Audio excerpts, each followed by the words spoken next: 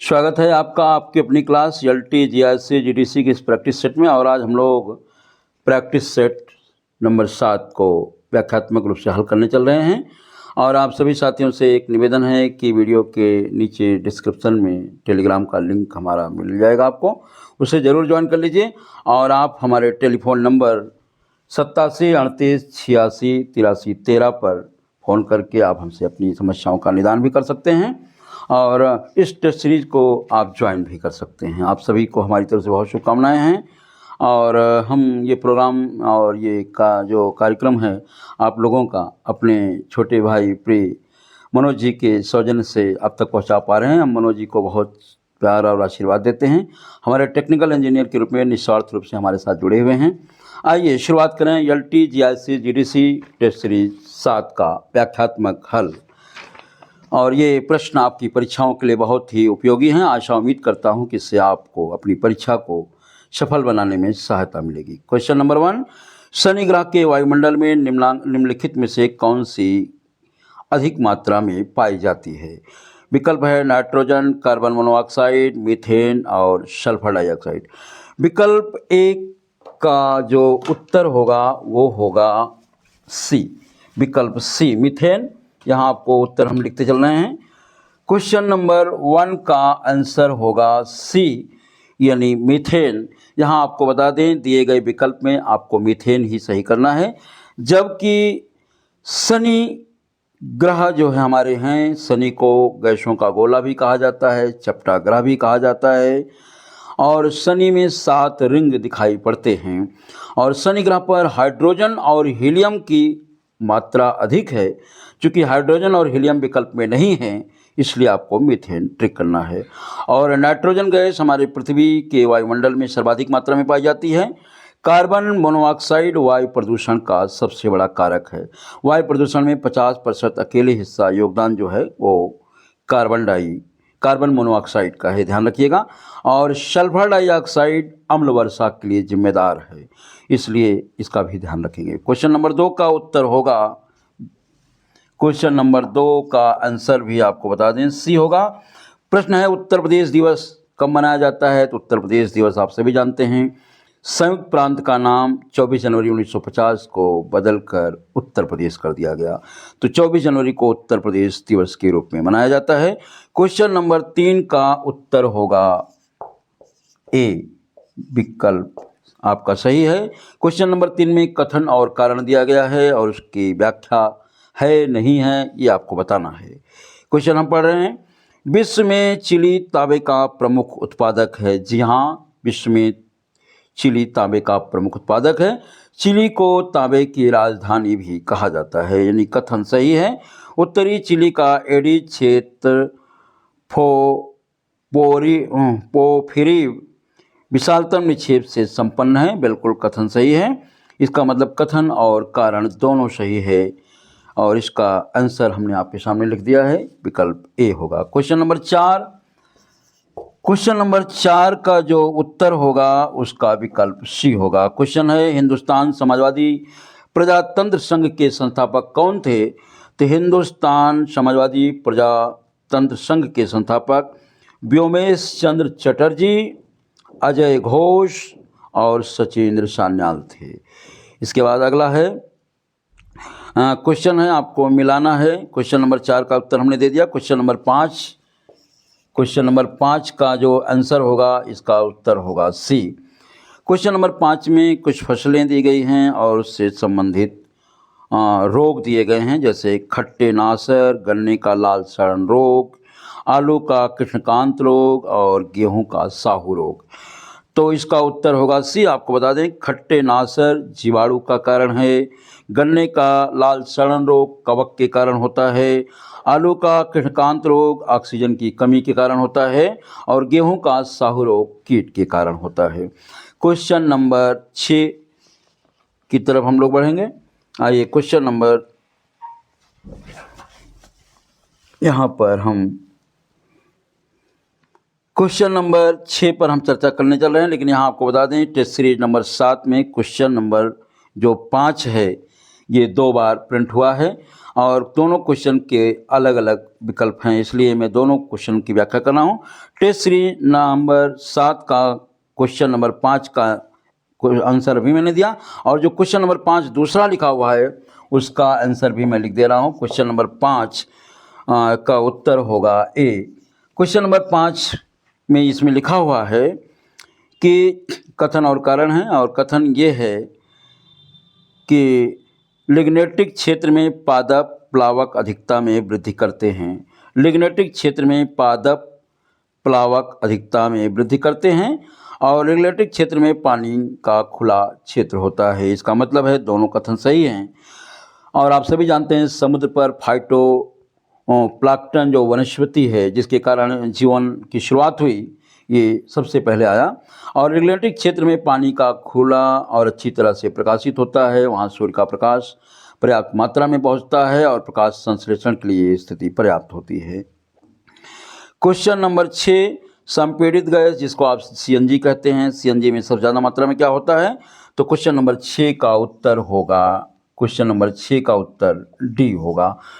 Question number 7 आपके सामने है, और क्वेश्चन नंबर 7 में आपको सम्मिलित करना है और सम्मिलित करके आपको उत्तर देना है। क्वेश्चन नंबर 7 का आंसर बी होगा, क्वेश्चन नंबर 7 का उत्तर बी होगा। इसमें दिया है भारत सरकार की कुछ योजनाएं हैं और उनका समय दिया हुआ है। राष्ट्रीय ग्रामीण स्वास्थ्य मिशन, राष्ट्रीय सामाजिक सहायता कार्यक्रम, स्वर्ण जयंती ग्राम स्वरोजगार योजना, संपूर्ण ग्रामीण रोजगार योजना। तो यहाँ आपको बता दें, राष्ट्रीय ग्रामीण स्वास्थ्य मिशन 2005, राष्ट्रीय सामाजिक सहायता कार्यक्रम 1995, स्वर्ण जयंती ग्राम स्वरोजगार योजना 1999 और संपूर्ण ग्रामीण रोजगार योजना 2001 इसकी डेट है। क्वेश्चन नंबर 8 का उत्तर होगा ए। यहाँ पर आपको बता दें क्वेश्चन नंबर 8 का आंसर ये होगा, और इसमें दिया हुआ सीधा सा नीचे दिए गए यौगिक में कौन सा एक प्राकृतिक गैस का मुख्य अवयव है? तो प्राकृतिक गैस का मुख्य अवयव मीथेन है, इसका विशेष ध्यान रखेंगे। इसके बाद अगले क्वेश्चन पर चलते हैं हम लोग। क्वेश्चन नंबर 9, क्वेश्चन नंबर 9 की हम बात करें तो इसमें कुछ आपको विद्वानों के नाम हैं भारत के, और उनके द्वारा जो सिद्धांत प्रतिपादित किए गए हैं उन्हीं से सम्मिलित करना है। रामानुजाचार्य हैं, माधवाचार्य जी हैं, निम्बार्क हैं और वल्लभाचार्य जी हैं। तो इसके सामने आपको सम्मिलित करना है। तो आपको बता दें क्वेश्चन नंबर 9 का आंसर होगा ए। क्वेश्चन नंबर 9 का उत्तर होगा ए।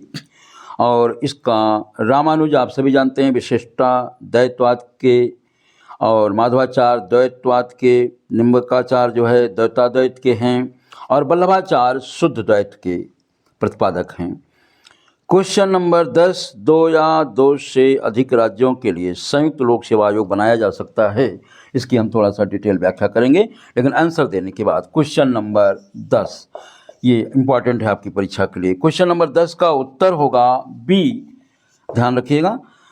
क्वेश्चन नंबर 10 का आंसर बी होगा, लेकिन इसकी व्याख्या हम थोड़ा सा अच्छे से करना चाह रहे हैं क्योंकि ये प्रश्न अक्सर परीक्षाओं में रिपीट हो जाता है। यहाँ आपको बता दें कि अनुच्छेद 315 में, अपने छोटे भाई मनोज जी को मैं बहुत धन्यवाद दूंगा, पीछे बैठकर मुस्कुरा रहे हो, और जिनके सौजन्य से आप ये वीडियो पहुँचा पा रहा हूँ मैं, आप देख पा रहे हैं मैं। तो अनुच्छेद 315 के अंतर्गत संघ लोक सेवा आयोग, संघ लोक सेवा आयोग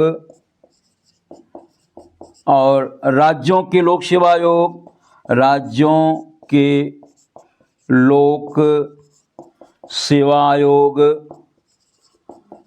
और संयुक्त लोक सेवा आयोग का प्रावधान किया गया है। संयुक्त लोक सेवा आयोग का प्रावधान किया गया है। तो ये तीनों ही हैं, आप सभी जानते हैं। संघ लोक सेवा आयोग जो आईएएस की परीक्षा संपन्न कराता है, उत्तर प्रदेश लोक सेवा आयोग हो, बिहार लोक सेवा आयोग हो, इसका गठन भी अनुच्छेद 315 के अंतर्गत है। 2 या 2 से अधिक राज्यों के लिए संयुक्त लोक सेवा आयोग का भी प्रावधान अनुच्छेद 315 में है। तो क्वेश्चन यही है कि संघ लोक सेवा संयुक्त लोक सेवा आयोग का गठन कौन करता है?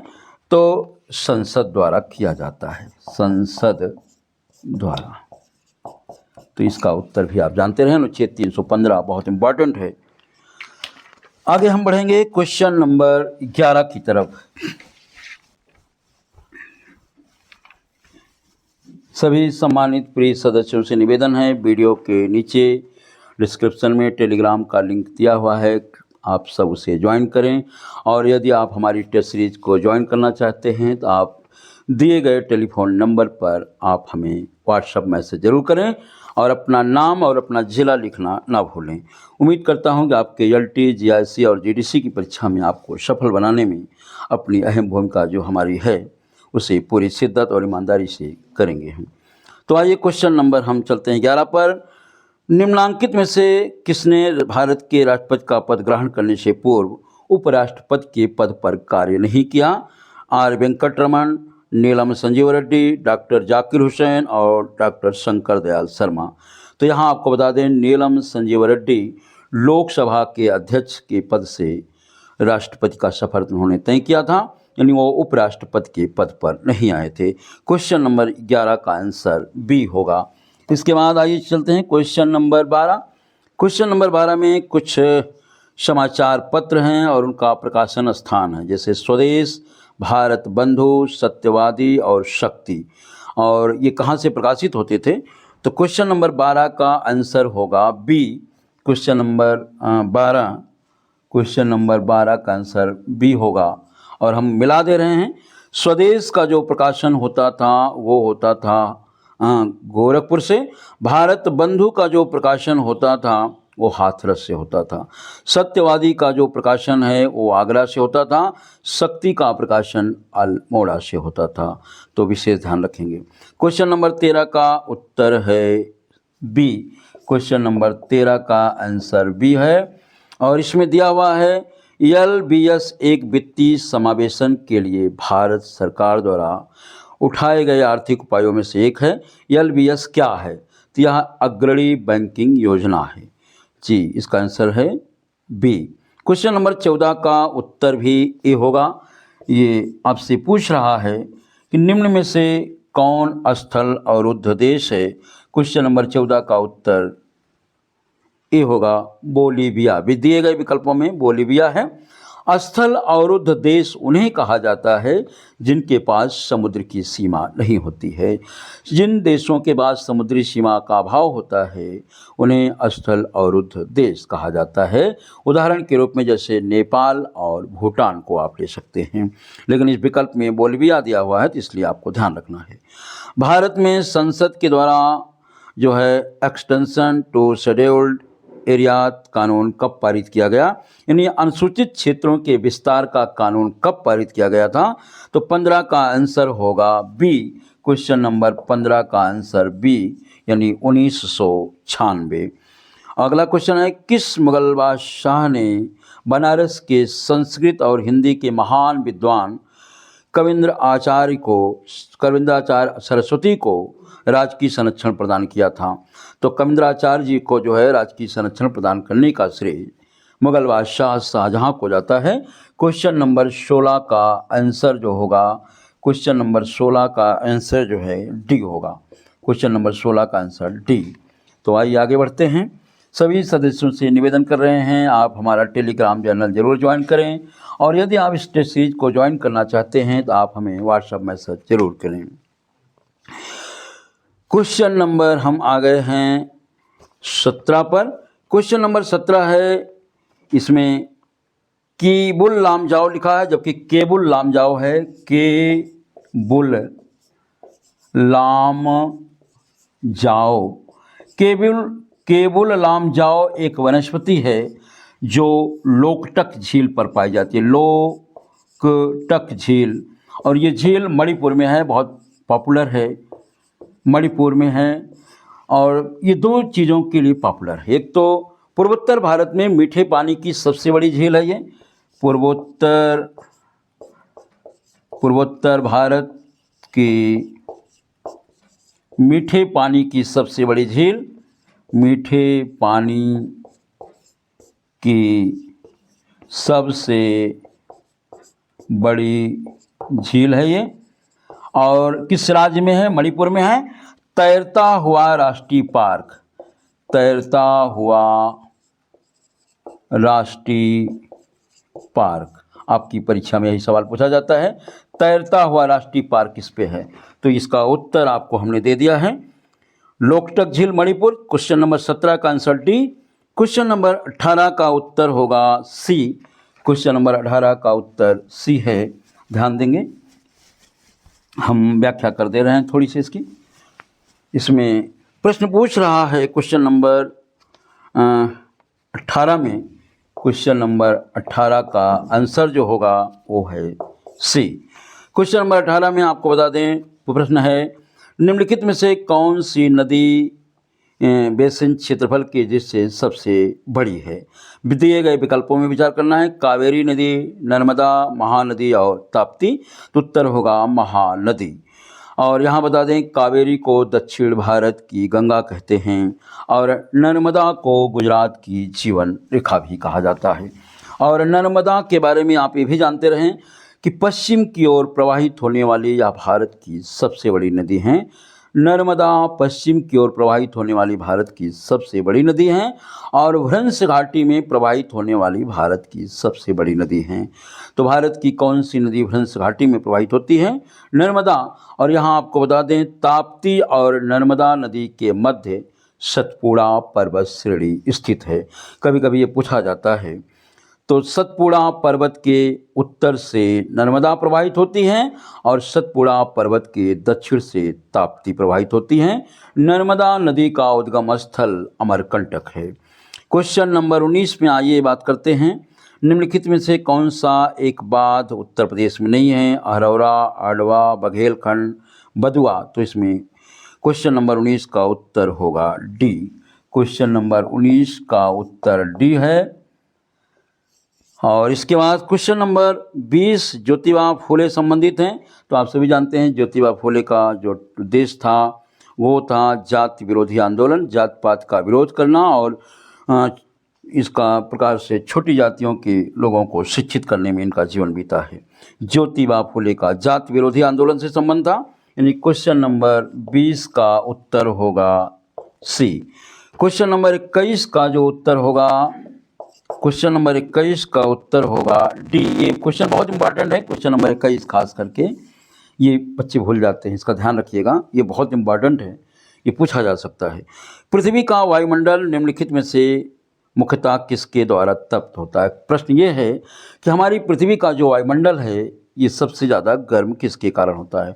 प्रश्न है, लघु तरंग सौर विकिरण, प्रकीर्ण सौर विकिरण, परावर्तित सौर विकिरण और दीर्घ तरंग स्थलीय विकिरण। तो आप सभी जानते हैं सूर्य जो है कि प्रकाश, सूर्य की तरंगें जो है पृथ्वी पर आती हैं, लघु तरंगों के माध्यम से जाती हैं दीर्घ तरंगों के माध्यम से। तो दीर्घ तरंग और स्थलीय विकिरण के कारण ही हमारा वायुमंडल अधिक गर्म होता है। तो क्वेश्चन नंबर 21 का आंसर भी हमने लिख दिया डी।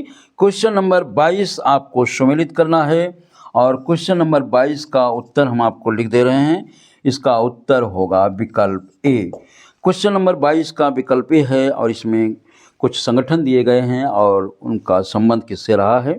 भारतीय Mazdoor Sangh, Indian National Trade Union Congress और United Trade Union Congress, All India Trade Union Congress. इसको सम्मिलित करना है। सम्मिलित करना है Bharatiya Rashtriya Congress, Communist Party of India, Communist Party of India मार्क्सवादी और भारतीय जनता पार्टी। तो सम्मिलित में यह है कि भारतीय मजदूर संघ का संबंध बीजेपी से है, Indian National Trade Union Congress का संबंध भारतीय राष्ट्रीय कांग्रेस पार्टी से है, all India Trade Union Congress का जो संबंध है कम्युनिस्ट पार्टी ऑफ इंडिया से है, क्षमा प्रार्थी, यूनाइटेड ट्रेड यूनियन कांग्रेस का संबंध कम्युनिस्ट पार्टी ऑफ इंडिया मार्क्सवादी से है और all India Trade Union Congress का संबंध कम्युनिस्ट पार्टी ऑफ इंडिया से है। तो विशेष ध्यान देंगे इसका। क्वेश्चन नंबर 23 का उत्तर ए होगा। क्वेश्चन नंबर 23 पे हम आ चुके हैं। क्वेश्चन नंबर 23 का आंसर ए होगा और इसकी व्याख्या हम आपको करने चल रहे हैं। सभी सम्मानित सदस्यों को हमारी शुभकामनाएं हैं। ईश्वर आपको LT, GRC, GDC की परीक्षा में जिसकी भी आप तैयारी कर रहे हैं कामयाबी मिले और आप सबको पूरी ईमानदारी से इस समय मेहनत करने की ज़रूरत है और हम पूरा प्रयास कर रहे हैं समान अध्ययन में जो समस्याएं हैं आपके समस्याओं का निस्तारण कर सकें और जल्द ही हम YouTube चैनल पर आपके लिए करंट अफेयर्स की क्लास भी लेकर आ रहे हैं जो आपके LT GIC की परीक्षाओं में कारगर साबित होगी। क्वेश्चन नंबर हम 23 की व्याख्या करने चल रहे हैं। आइए बात करते हैं। क्वेश्चन नंबर 23 में दिया है, मुगल साम्राज्य मूल रूप से एक सैनिक राज्य था। केंद्रीय शासन व्यवस्था के विकास की प्राण शक्ति उसकी सैनिक शक्ति पर निर्भर थी। जी हाँ, बिल्कुल सही है। इसका आंसर ए होगा। कथन और कारण दोनों सही है और व्याख्या भी हो रही है। क्वेश्चन नंबर 24 है कि निम्न में से कौन सा द्वीप कैरेबियन सागर में स्थित नहीं है। कैरेबियन सागर जो है उत्तरी अमेरिका और दक्षिणी अमेरिका महाद्वीप के आप कॉर्नर पर देखेंगे अटलांटिक महासागर में, तो आपको कैरेबियन सागर मिलेगा। और इसका उत्तर है सी, यानी 24 का उत्तर जो होगा सी है। 24 का क्वेश्चन नंबर 24 का आंसर सी होगा। और यह है मडीरा। मडीरा जो है ये अटलांटिक महासागर में है, कैरेबियन सागर में नहीं है, और इस पर पुर्तगाल का अधिकार है। मडीरा जो द्वीप है या पुर्तगाल के अधिकार क्षेत्र में अटलांटिक महासागर में स्थित है, जबकि बाकी शेष दिए गए विकल्प कैरेबियन सागर में हैं। क्वेश्चन नंबर 25 बहुत इंपॉर्टेंट है। भारत में थोक मूल्य सूचकांक के आंकड़े किसके द्वारा जारी किए जाते हैं। तो वाणिज्य एवं उद्योग मंत्रालय के द्वारा विशेष ध्यान देंगे। सभी परीक्षार्थियों से निवेदन है, क्वेश्चन नंबर 25 बहुत ज़्यादा इंपॉर्टेंट बनता है। हम आपको ये भी बता रहे हैं कि कौन सा क्वेश्चन ज़्यादा इंपॉर्टेंट है। हालांकि सभी इंपॉर्टेंट है, लेकिन ऐसे प्रश्न बार बार आयोग पूछता है। तो इसका उत्तर होगा बी, यानी वाणिज्य एवं उद्योग मंत्रालय के द्वारा थोक मूल्य सूचकांक जारी किया जाता है जो मुद्रास्फीति से संबंधित है। भारत में आपदा प्रबंधन के लिए राष्ट्रीय आपदा प्रबंधन डिवीजन गृह मंत्रालय में एक नोडल डिवीजन है। राष्ट्रीय आपदा प्रबंधन प्राधिकरण का पदेन अध्यक्ष कौन होता है। तो राष्ट्रीय आपदा प्रबंधन के पदेन अध्यक्ष हमारे प्रधानमंत्री जी होते हैं। निम्नांकित में से कौन सा एक द्वीप है, कौन सा एक देश है जो कोको का उत्पादक नहीं है। तो लातविया जो है कोको का उत्पादक नहीं करता है, बाकी सब करते हैं। यानी क्वेश्चन नंबर 26 का उत्तर होगा ए। क्वेश्चन नंबर 27 का उत्तर होगा, क्वेश्चन नंबर 27 का भी उत्तर होगा ए। तो क्वेश्चन नंबर 27 तक हम लोग पहुंच चुके हैं। आइए बात करते हैं अगले पॉइंट पर। सभी सदस्यों से निवेदन है, जो भी आप इस सीरीज को ज्वाइन करना चाहते हैं, आप हमारे टेलीफोन नंबर 87 नंबर जो हमने दिया है 86 87 38 पर आप संपर्क करें, और वो टेलीफोन नंबर आपको जो है हमारे इसी वीडियो के डिस्क्रिप्शन के लिंक में आपको मिल जाएगा। ठीक है, 87 38 86 83 13 हमारा फ़ोन नंबर है, आप इस पर संपर्क कर सकते हैं। क्वेश्चन नंबर 28 का उत्तर होगा जो है सी। क्वेश्चन नंबर 28 का उत्तर होगा सी। प्रश्न ये पूछ रहा है कि कौन सा आकस्मिक निधि से संबंधित है। अनुच्छेद पूछ रहा है, तो अनुच्छेद 267 का जो संबंध है ये भारत का आकस्मिक कोष है, और आकस्मिक कोष राष्ट्रपति की अनुमति से खर्च किया जा सकता है। 500 करोड़ का ये आकस्मिक कोष इसमें है। अनुच्छेद 265 बहुत इंपॉर्टेंट है, इसमें दिया हुआ है यानी सरकार यानी भारत सरकार बिना कानून के कोई कर नहीं लगा सकती है। अनुच्छेद 265 के अंतर्गत ये प्रावधान है, विधि के प्राधिकार के बिना कोई कर नहीं लगाया जा सकता है। अनुच्छेद 266 में संचित निधि का प्रावधान है, इसका विशेष ध्यान रखें। क्वेश्चन नंबर 29, क्वेश्चन नंबर 27 और क्वेश्चन नंबर 28 नंबर पे हम आ गए, क्वेश्चन नंबर 29 पे आ गए हैं। क्वेश्चन नंबर 29 का भी आंसर सी होगा। सभी सदस्यों को बताना चाहते हैं कि शीत ऋतु में उत्तर भारत में जो वर्षा होती है वो पश्चिमी विक्षोभ के कारण होती है, जबकि इसी समय शीत ऋतु में कोरोमंडल के तट पर तमिलनाडु के चेन्नई में जो बारिश होती है वह उत्तरी पूर्वी मानसून के कारण होती है। शीत ऋतु में सर्वाधिक वर्षा कहाँ होती है, तो चेन्नई में होती है, ध्यान रखेंगे, ये प्रश्न भी खूब पूछा जाता है। इसके बाद क्वेश्चन नंबर 30, फ्लाई ऐश प्रदूषण होता है। तो फ्लाई ऐश प्रदूषण वहाँ होगा जहाँ कोयले का दहन बहुत ज़्यादा होगा, और फ्लाई ऐश प्रदूषण आप सभी जानते हैं कोयला सबसे ज़्यादा जो बिजली घर हैं उसमें जलाए जाते हैं, जिसे आप ताप विद्युत संयंत्र कहते हैं। तो तापीय विद्युत संयंत्र जो है फ्लाई ऐश प्रदूषण होता है। तो क्वेश्चन नंबर 30 का जो उत्तर होगा वो होगा सी, यानी ताप विद्युत संयंत्र, कोयला के जलाने के परिणाम स्वरूप फ्लाई ऐश प्रदूषण उत्पन्न होता है। क्वेश्चन नंबर 32 है, प्रथम भारतीय कौशल संस्थान भारत में कहाँ स्थापित किया जा रहा है? तो कानपुर में। 32 का उत्तर डी होगा। Question number 30। क्वेश्चन नंबर 31 पे बात करना जरूरी है, क्वेश्चन नंबर 31 पे हमने चर्चा नहीं किया। क्वेश्चन नंबर 31 का जो उत्तर है ये होगा सी, और क्वेश्चन नंबर 32 का उत्तर होगा डी। हम आपको फिर से बता दें, क्वेश्चन नंबर 31 में दे रहा है कि निम्नांकित में से तीनों की तुलना में कौन ज़्यादा रोशनी परावर्तित करता है? रेत, रेगिस्तान, धान की खेती, पेरी भूमि का मैदान और ताज़ा बर्फ़ से ढकी भूमि। तो आपको बता दें कि सूर्य की रोशनी को सबसे ज़्यादा परावर्तित जो है वो ताज़ा बर्फ़ से ढकी भूमि करती है, यानी क्वेश्चन नंबर 31 का आंसर सी होगा। क्वेश्चन नंबर 32 का उत्तर डी होगा। देश का प्रथम भारतीय कौशल संस्थान कानपुर में स्थापित किया जा रहा है। क्वेश्चन नंबर 33 का उत्तर ए होगा। आइए चलते हैं क्वेश्चन नंबर 33 की तरफ। क्वेश्चन नंबर 33 का उत्तर जो है ये ए होगा। प्रश्न ये है कि हमारे लोगों को के लिए एक प्रतिज्ञा तथा सब विश्व के साथ किया गया एक समझौता है, या किसने कहा था मौलिक अधिकार के संबंध में? ये पंडित जी के कथन थे, पंडित जवाहरलाल नेहरू के कथन थे। क्वेश्चन नंबर 34 जो है इसमें है राइबोफ्लोविन की कमी से कौन सा रोग होता है? तो क्वेश्चन नंबर 34 का जो उत्तर होगा ये होगा ए, पेलाग्रा नामक रोग होता है जो विटामिन बी से संबंधित है। हड़प्पा सभ्यता का स्थल मंडी भारत के किस राज्य में है? तो हड़प्पा सभ्यता का स्थल मंडी उत्तर प्रदेश के मुजफ्फरपुर जिले में है। क्वेश्चन नंबर 35 का उत्तर डी होगा। क्वेश्चन नंबर 35 का उत्तर डी, यानी मंडी जो है उत्तर प्रदेश के मुजफ्फरनगर जिले में है। निम्नलिखित में से कौन सा रोग मच्छर द्वारा वाहित नहीं है? तो इसमें डेंगू है, फाइलेरिया है, मलेरिया है। आप सभी जानते हैं डेंगू, फाइलेरिया और मलेरिया ये मच्छर जनित रोग हैं, जबकि निद्रा रोग सीसी मक्खी के काटने से होता है। तो क्वेश्चन नंबर 36 का आंसर सी होगा, यानी सीसी मक्खी के काटने से होता है, यानी निद्रा रोग मच्छर के काटने से नहीं होता है। क्वेश्चन नंबर 37, 2011 की जनगणना के अनुसार किस राज्य की जनसंख्या घनत्व सबसे कम है? तो हमेशा याद रखें अरुणाचल प्रदेश का जनसंख्या घनत्व सबसे कम है, जबकि बिहार का जनसंख्या घनत्व सबसे अधिक है।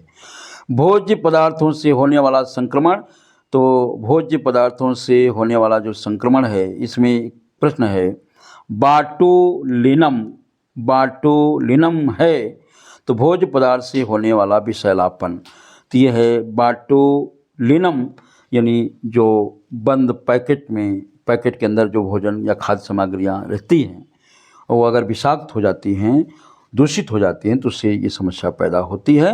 क्वेश्चन नंबर 38 का विकल्प, क्वेश्चन नंबर 37 में हमने आपको लिख दिया है, क्वेश्चन नंबर 37 का आंसर होगा सी, और क्वेश्चन नंबर 38 का जो उत्तर होगा ये होगा बी, यानी बंद पैकेट वाले खाना, जो पैकेट खाने वाली सामग्रियां हैं उनमें इसकी संभावना बहुत ज़्यादा बढ़ जाती है। क्वेश्चन नंबर 39 है, ये 21 वर्ष से 18 वर्ष कर दिया गया वयस्क मतदाताओं की आयु सीमा को। तो आप सभी को पता है 61वें संविधान संशोधन द्वारा वयस्क मतदाताओं की आयु सीमा को 21 वर्ष से घटाकर 18 वर्ष कर दिया गया था। और अगला है एक कथन है, क्वेश्चन नंबर 39 का आंसर, क्वेश्चन नंबर 39 का उत्तर जो होगा ये सी होगा, और क्वेश्चन नंबर 40 का जो उत्तर होगा ये बी होगा। क्वेश्चन नंबर 40 ये कह रहा है कि एनटीपीसी की सिंगरौली स्थित इकाई के संदर्भ में विचार करें। यह छत्तीसगढ़ राज्य के उत्तरी भाग में स्थित है। जी नहीं, एनटीपीसी की सिंगरौली शाखा उत्तर प्रदेश के सोनभद्र में है, इसलिए कथन ये गलत है। और यह एनटीपीसी की सबसे पुरानी इकाई है। जी बिल्कुल, 2 सही है। तो आप सभी को मैं आभार प्रकट करता हूं, और ये प्रोग्राम जो हम आप तक पहुंचा रहे हैं ये हम अपने प्रिय भाई मनोज जी और हमारे टेक्निकल इंजीनियर मनोज जी के सौजन्य से, तो हम उनको बहुत बहुत धन्यवाद देना चाहते हैं। आप सभी से एक बार निवेदन है कि आप हमारे टेलीग्राम चैनल को ज़रूर ज्वाइन करें, और दिए गए डिस्क्रिप्शन के लिंक में आपको हमारे टेलीग्राम चैनल का लिंक मिल जाएगा। और व्हाट्सएप नंबर पे आप हमें अपना मैसेज करें यदि आपको कोई भी असुविधा होती है। हम आपकी समस्याओं के निस्तारण के लिए प्रतिबद्ध हैं। जय हिंद, जय भारत।